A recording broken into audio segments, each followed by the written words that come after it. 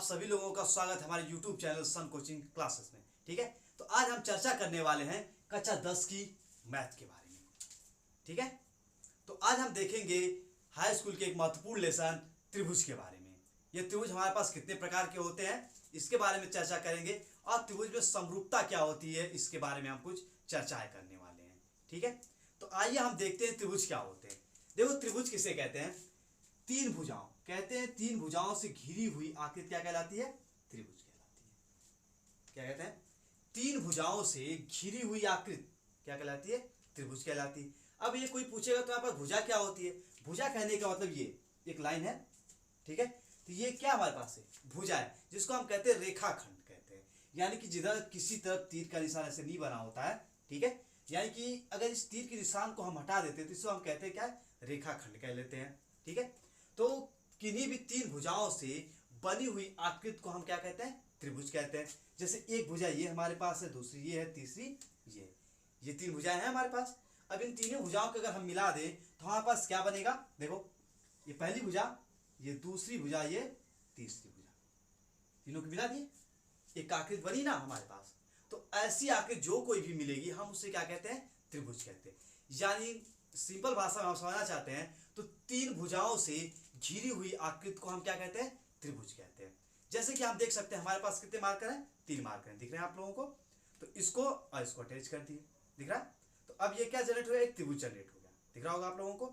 अब हम इसको कैसे, जैसे मर्जी वैसे जनरेट कर सकते हैं। चाहे ऐसे कर दें फिर यहाँ पर अटैच कर दें। ठीक है, यानी कि हम कह सकते हैं तीन भुजाओं से घिरी हुई आकृति क्या कहलाती है? त्रिभुज कहलाती है। देखो, जैसे हमारे पास मार्कर था, तीनों सेम साइज के हैं कि नहीं? देख लेते हैं, सेम साइज वाले हैं। अगर इन दोनों से हम मिलाएं तो ये एक त्रिभुज ऐसा जनरेट होगा। दिख रहा होगा आप लोगों को? तो तीन भुजाएं हैं हमारे पास। अगर तीनों भुजाएं समान होती हैं उससे जो त्रिभुज बनता है उसे हम कहते हैं समत्रिभुज। क्या कहते हैं? समबाहु त्रिभुज कहते हैं। क्या कहते हैं? समबाहु कहते हैं। समबाहु त्रिभुज कहते हैं। तो हमारे पास क्या होता है? एक समबाहु त्रिभुज होता है, या जिसकी तीनों भुजाएं बराबर होती हैं उसे हम क्या कहते हैं? समबाहु त्रिभुज कहते हैं। ठीक है, हमने पहले आप लोगों को बताया कि इसके पास कितनी भुजाएं होती हैं? 3 भुजाएं होती हैं। अगर ये तीनों भुजाएं बराबर है तो उसे हम कहते हैं क्या? समबाहु त्रिभुज कहते हैं। ठीक है, कोई भी अगर त्रिभुज हमारे पास है, कोई भी क्या हमारे पास है? त्रिभुज है, उसके पास क्या क्या होता है? हमारे पास 3 शीर्ष होते हैं, हमारे पास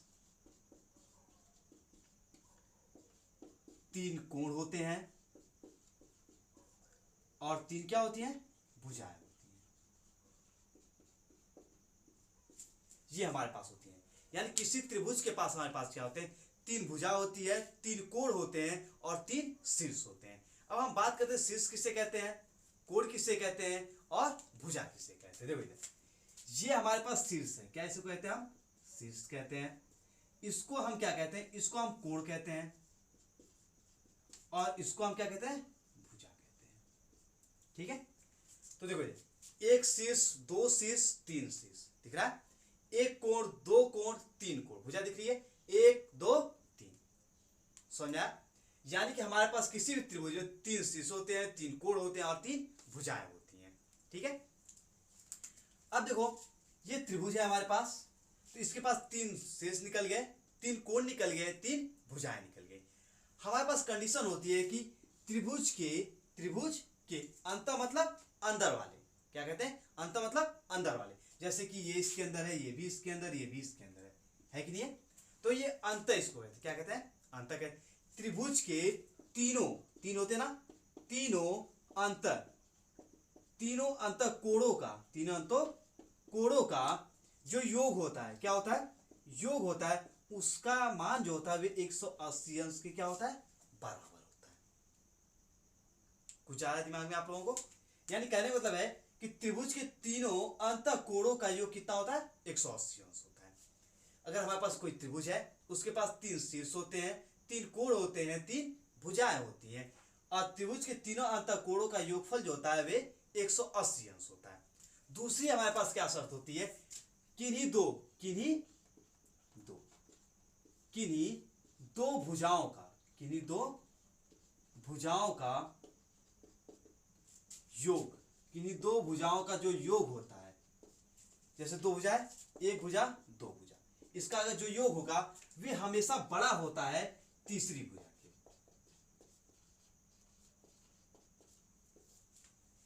कुछ समझ आ रहा है आप लोगों को? यानी कि जो हमारे पास त्रिभुज होते हैं, अगर उनकी दो भुजाओं को हम आपस में क्या करते हैं, जोड़ दें, दो भुजाएं हैं हमारे पास, उनकी भुजाओं को हम क्या करते हैं, जोड़ दें, अगर तो जो हमें प्राप्त होगी जो तीसरी भुजा बची है, इससे इनका योग जो होगा हमेशा क्या होगा, बड़ा आएगा। जैसे एक भुजा ये, एक भुजा ये, जोड़ दिए, इससे बड़ा है कि नहीं बड़ा है, दिख रहा ना? यानी कि हम क्या करते हैं, हमारे पास इसीलिए कंडीशन बनती है तीन दो, किन्हीं दो भुजाओं का योग जो होता है तीसरी भुजा से हमेशा बड़ा मिलता है हम लोगों को। तो ये रही त्रिभुज के बारे में। अब त्रिभुज, अब देखते हैं त्रिभुज के प्रकार क्या क्या होते हैं हमारे पास, ठीक है? तो त्रिभुज के प्रकार में हम चर्चा करते हैं। तो त्रिभुज के हमारे पास बहुत प्रकार कह सकते होते हैं। जैसे पहला था क्या, समबाहु त्रिभुज था हमारे पास। वैसे ही हमारे पास क्या है, एक समबाहु है, एक कहते हैं समद्विबाहु कहते हैं। क्या कहते हैं? समद्विबाहु कहते हैं। एक समद्विबाहु त्रिभुज कहते हैं। देखो त्रिभुज को हम इस प्रतीक से दिखाते हैं, जहां पर त्रिभुज न लिखना होता है तो हम ऐसे दिखाते थे, हम लोग समझ जाते हैं कि ये क्या है, त्रिभुज है, ठीक है? एक समबाहु त्रिभुज होता है, एक समद्विबाहु होता है, और क्या होता है, समबाहु होता है, एक समद्विबाहु होता है, एक जो होता है विषमबाहु। विषमबाहु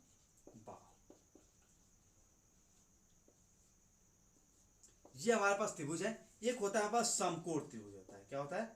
समकोण त्रिभुज होता है। देखो क्या था हमारे पास, एक समबाहु था, समबाहु त्रिभुज, समद्विबाहु त्रिभुज, विषमबाहु त्रिभुज और समकोण त्रिभुज। ये हमारे पास चार प्रकार के त्रिभुज हैं हमारे पास, ठीक है? तो हम बात करते हैं समबाहु किसे कहते हैं, जिसकी तीनों भुजाएं बराबर होती हैं, उससे हम कहते हैं समबाहु त्रिभुज कहते हैं। जिसकी केवल दो भुजाएं बराबर हो, कितनी भुजा बराबर हो, केवल अगर दो भुजा बराबर है उसे हम समद्विबाहु कहते हैं।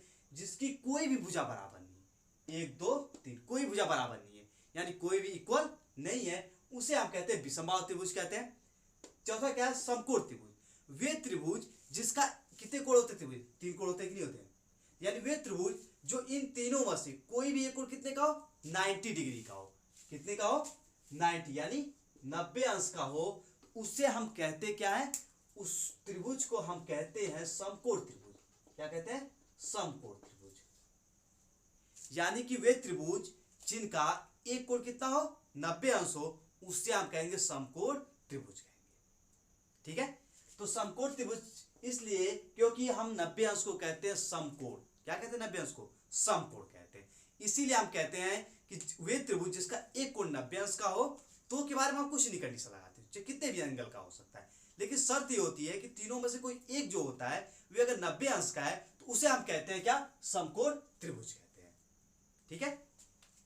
तो ये रही चर्चाएं हमारे पास समकोण त्रिभुज के बारे में। यानी त्रिभुज क्या होता है हमारे पास, त्रिभुज तीन भुजाओं से घिरी हुई आकृति क्या कहलाती है, त्रिभुज कहलाती है।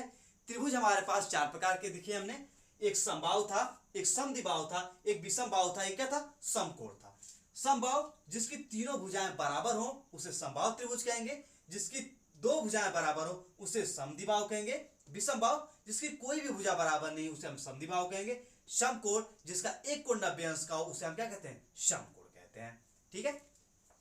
त्रिभुज में तीन शीर्ष होते हैं, तीन कोण होते हैं और तीन भुजाएं होती हैं। किन्हीं दो भुजाओं का योग जो होता है वे तीसरी भुजा की क्या होता है, हमेशा बड़ा मिलता है हम लोगों को। और त्रिभुज के तीनों अंत कोणों का योग कितना होता है, 180 अंश होता है, ठीक है? तो आइए देखते हैं बाकी की चीजें हम त्रिभुज के बारे में। आइए देखते हैं बाकी की चीजें त्रिभुज के बारे में हमारे पास क्या है। तो देखते हैं, हमने चर्चा की त्रिभुज और त्रिभुज के प्रकार के बारे में, और त्रिभुज के तीन अंत कोणों का योगफल कितना होता है, 180 अंश होता है। तो देखिए हम बात करते हैं लेसन 10th के त्रिभुज के बारे में। ये थी त्रिभुज की कुछ आधारभूत परिभाषाएं थी। अब त्रिभुज के लेसन पे आ जाते हैं, जिसमें ये लेसन हमसे कहना क्या चाहता है। इसमें एक वर्ड आता है हमारे पास, समरूप आता है। क्या आता है, समरूपता। समरूपता क्या आता है, समरूपता आता है, ठीक है? यानी समरूपता किसे कहते हैं, क्या कहते हो, इसे कहते हैं समरूप। क्या, समरूप, ठीक है? यानी देखो समझो इधर, समरूपता यानी समरूप को ही हम क्या कहते हैं, समरूपता कहते हैं। जैसे क्या होता है, आदमी है, दो हाथ इसके पास है, दो पैर है, दो कान है, दो आंख है, दो नाक, एक नाक है, एक मुंह है, दिख रहा है। यानी कि जैसा हूं वैसा ही हूं ना, वैसा किसी और को देखोगे तो वो भी ऐसा होगा कि नहीं होगा। लेकिन क्या अंतर होगा, हम देखने में अगर समान है, कहने के बाद तो समझो इधर, ये रेखा है कि नहीं है, और ये भी क्या है, रेखा है कि नहीं है। ये छोटी रेखा, ये इससे बड़ी रेखा है, एक और बना देते हैं, ये भी रेखा है कि नहीं है ना। यानी कि ये सब रेखाएं तो है हमारे पास, लेकिन देखने में क्या है, एक ही जैसी है ना। तो जो देखने में एक जैसी होती है उसे हम कहते हैं समरूप, यानी जिसका रूप क्या हो, समान हो, उसे हम कहते हैं समरूप कहते हैं। और जिसका रूप समान नहीं है उसे हम कहते हैं समरूप नहीं है। ठीक है, यानी कि वे आकृतियां जो क्या होती हैं, समान आकार की होती, समान रूपों की होती हैं, उसे हम समरूप कहते हैं। और जो आकृतियां समान आकार की नहीं होती हैं उन्हें हम कहते हैं असमरूप आकृतियां कहते हैं। जैसे देख सकते हैं आप सब, जैसे कोई वृत्त है, ये गोल ही होगा कि नहीं होगा, होगा ना। दूसरा वृत्त इससे बड़ा है तो वो भी तो किस आकार का होगा, गोल ही होगा। अगला देखोगे तो भी किस आकार का, छोटा सा है तो वो भी गोल होगा कि नहीं होगा। अगर और भी वृत्त हम देखना चाहे तो वो किस आकार का होगा, ऐसा गोल है। अगला भी हमारे पास गोल मिल रहा है, दिख रहा है। यानी कि अगर हम वृत्त की बात करें, चाहे 1 सेंटीमीटर का हो, चाहे 2 का हो, चाहे 3 का हो, चाहे 4 सेंटीमीटर का, किसी सेंटीमीटर का हो हमारे पास, लेकिन ये होगा कैसा, गोली आकार का होगा कि नहीं होगा। यानी कि त्रिभुज हमेशा किस आकार के होते हैं, गोल आकार के होते हैं। वृत्त किस आकार के होते हैं, गोल आकार के होते हैं। तो चाहे कैसा भी वृत्त हो, हम वृत्त को हमेशा कह सकते हैं कि वृत्त क्या होते हैं, समरूप होते हैं। यानी वृत्त किसी भी नेचर का हो, हमेशा कहा जाएगा कि कैसा है, समरूप है। ठीक है, वैसे ही हम कह सकते हैं समबाहु, हमारे पास है कि समबाहु, यानी समान होंगी भुजाएं, यानी चाहे 1 सेंटीमीटर, चाहे 2 सेंटीमीटर, चाहे 3 सेंटीमीटर, तीनों भुजाएं समान होंगी, इसीलिए हम कहते हैं समबाहु त्रिभुज भी क्या है, समरूप है। ठीक है, तो समरूप आकृतियां वे आकृतियां जो देखने में समान हो, उससे हम कहते हैं समरूप। अब परिभाषा पे हम ले लें तो जो परिभाषा इस लेसन की कहती है वे क्या हमारे पास है, वे त्रिभुज जैसे हम कह सकते हैं, तो आप लोगों के लिए देखते हैं कि वे त्रिभुज, जैसे हमारे पास 2 त्रिभुज है, क्या है, जैसे एक त्रिभुज ये है, एक त्रिभुज ये 2 त्रिभुज है हमारे पास। हम कह सकते हैं कि अगर 2 त्रिभुज हैं हमारे पास है, इनकी ये संगत भुजा, क्या कह सकते हो, संगत भुजा। संगत भुजाओं का अनुपात और संगत कोण, क्या, संगत कोण अगर बराबर होते हैं तो उससे हम कहते हैं समरूप त्रिभुज कहते हैं। क्या हमने कहा, अगर हमारे पास 2 त्रिभुज हैं, क्या है, 2 त्रिभुज है, ये ए है, ये बी है, ये सी है, ये पी है, ये क्यू है, ये आर है हमारे पास 2 त्रिभुज। अगर हम कहें कि ये कोण इस कोण के बराबर है, ये कोण इस कोण के बराबर है, ये कोण इस कोण के बराबर है, और इस भुजा का अनुपात इसके बराबर, इस भुजा का अनुपात इसके साथ, इस भुजा का अनुपात इसके साथ, अगर भुजाओं का अनुपात और कोण बराबर हो तो उससे हम कहते हैं समरूप आकृतियां। क्या कहते हैं, समरूप कहते हैं। और समरूप को हम दिखाते कैसे हैं, ऐसे दिखाते समरूपता को, ऐसे, ये है समरूपता का सिंबल। ठीक है, तो जैसे कह सकते हैं कि अगर ए बी बट्टे मिल जाए तुमको, क्या, पी क्यू बराबर ए सी बट्टे पी आर, ए सी बट्टे पी आर, और बराबर किसके हो, बी सी, पी सी बट्टे क्यू आर, ये बराबर हो जाए, क्या हो जाए, बराबर, और कोण ए किसके बराबर हो जाए, कोण पी के, और कोण बी किसके बराबर हो जाए, कोण क्यू के, और कोण सी बराबर हो जाए किसके, कोण आर के। तो हम कहते हैं कि ये दोनों त्रिभुज क्या है, यानी त्रिभुज ए बी सी समरूप होगा त्रिभुज पी क्यू आर के। कंडीशन समझ में आई।